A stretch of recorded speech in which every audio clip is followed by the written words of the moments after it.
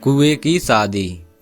विजयनगर साम्राज्य में राजा कृष्णदेव राय के राज्यकाल के दौरान दिल्ली सल्तनत पर मोहम्मद सुल्तान का शासन था। सुल्तान अत्यंत शक्तिशाली और पूरे उत्तर भारत पर शासन करते थे। अब वो भारत के अन्य भागों पर भी कब्जा करना चाहते थे, खास तौर पर उन भागों पर जहां हिंदू राजा राज्य कर रहे थे। इसके लिए वे कोई भी तरीका अपना सकते थे। एक बार दिल्ली के सुल्तान ने राजा कृष्णदेव राय को परेशान करने के इरादे से उन्हें एक दूत द्वारा शादी में आने का निमंत्रण भिजवाया।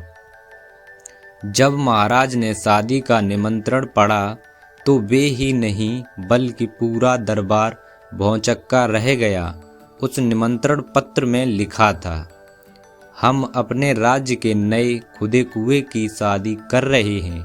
इस शादी में हम आपके शहर के सभी कुओं को आमंत्रित करते हैं कि वे इस शुभ अवसर पर हमारी खुशी में शरीक होकर हमारा सम्मान बढ़ाएं। इस शुभ अवसर पर उनकी उपस्थिति प्रार्थनीय है। स्थान दिल्ली, दिनांक 11 फरवरी 2022। निमंत्रण भेजने वाले दिल्ली के सुल्तान। बात यहीं खत्म नहीं हुई। उस निमंत्रण पत्र के साथ एक चेतावनी पत्र और था, जिसमें लिखा था कि राजा कृष्णदेव राय के सभी कुओं को शादी में भेजना अनिवार्य है। न भेजने पर उन्हें और उनके राज्य को दिल्ली के सुल्तान के कोप का भोजन बनना पड़ेगा। ये दोनों पत्र पढ़कर महाराज को कुछ समझ नहीं आ रहा था कि क्या करें। निमंत्रण पत्र बहुत ही बेतुका था। सभी जानते थे कि कुएं एक स्थान से दूसरे स्थान पर नहीं जा सकते। परेशान होकर महाराज ने दरबारियों और अष्टदिग्गजों की मदद मांगी, पर कोई भी कुछ न बता सका कि समस्या को किस प्रकार सुलझाएं जिससे दिल्ली और विजयनगर के बीच लड़ाई छिड़ने से बच जाए। कहीं से कोई रास्ता न सूझने पर राजा कृष्णदेव राय ने तेनालीराम को बुलवाया और उसे पूरी बात बताई। सारी बात सुनकर तेनालीराम ने महाराज से कहा, महाराज, इस निमंत्रण पत्र के द्वारा दिल्ली का सुल्तान हिंदुओं को जलील करना चाहता है। आप तो जानते हैं कि हिंदू धर्म में नए खुदे कुएं को प्राण प्रतिष्ठा के आयोजन को विवाह का नाम देकर आपको यह निमंत्रण पत्र भेजा है। कुछ रुककर तेनालीराम बोला, परंतु चिंता की कोई बात नहीं। ना तो निमंत्रण पत्र ना ही वह चेतावनी पत्र हमारा कुछ नहीं बिगाड़ सकता है। आप बेफिक्र रहिए। कल तक मैं इस समस्या का कोई न कोई समाधान निकाल दूंगा। अगले दिन राज दरबार में दिल्ली के सुल्तान के दोनों पत्रों की चर्चा गर्म थी। सभी लोग परेशान थे और इस समस्या का हल अपनी अपनी समझ से निकालने की कोशिश कर रहे थे। राजा कृष्णदेव राय के आते ही सब चुप हो गए।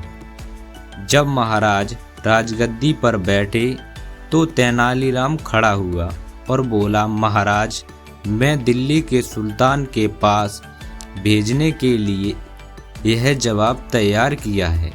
अब आप भी सुने। सेवा में श्रीमान दिल्ली के सुल्तान, आपके द्वारा भेजे गए निमंत्रण का बहुत बहुत धन्यवाद। हम आपके कुएं की शादी की आपको बधाई देते हैं। हम तहे दिल से आपके शुक्रगुजार हैं कि आपने इस शुभ अवसर पर हमें याद किया और इसमें सम्मिलित होने के लिए आमंत्रित किया। निमंत्रण मिलते ही हमने अपने राज्य के सभी कुओं को इसकी सूचना पहुंचा दी, परंतु वे सभी नाराज हैं कि आपके कुएं उनके विवाह में सम्मिलित नहीं हुए थे। इसलिए हमारी विनती है कि एक बार आप अपने कुओं को यहाँ निमंत्रण देने के लिए हमारे दूत के साथ भेज दें। इस निमंत्रण के बाद हम आपको आश्वासन देते हैं कि हमारे कुएं आपके कुएं के विवाह में अवश्य आएंगे। हम भी उनके साथ ही दिल्ली अवश्य पधारेंगे।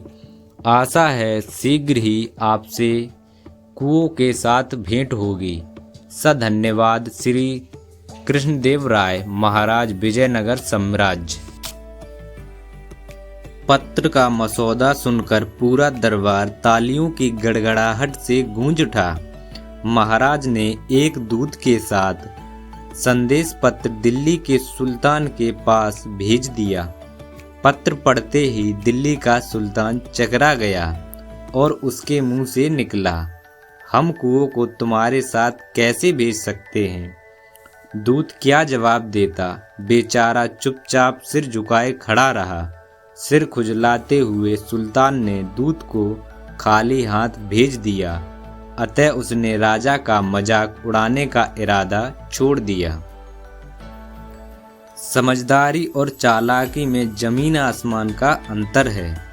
कई बार सामने वाले को सबक सिखाने के लिए चालाकी से भी काम लेना पड़ता है। यही सीख है। उम्मीद करता हूँ आप सभी को ये कहानी जरूर पसंद आई होगी। इसी तरह की मज़ेदार कहानियाँ सुनने के लिए हमारे चैनल SMS स्टोरी को सब्सक्राइब करके बेल आइकन जरूर दबाएं। कहानी पर आपकी क्या राय है हमें कमेंट करके ज़रूर बताएं।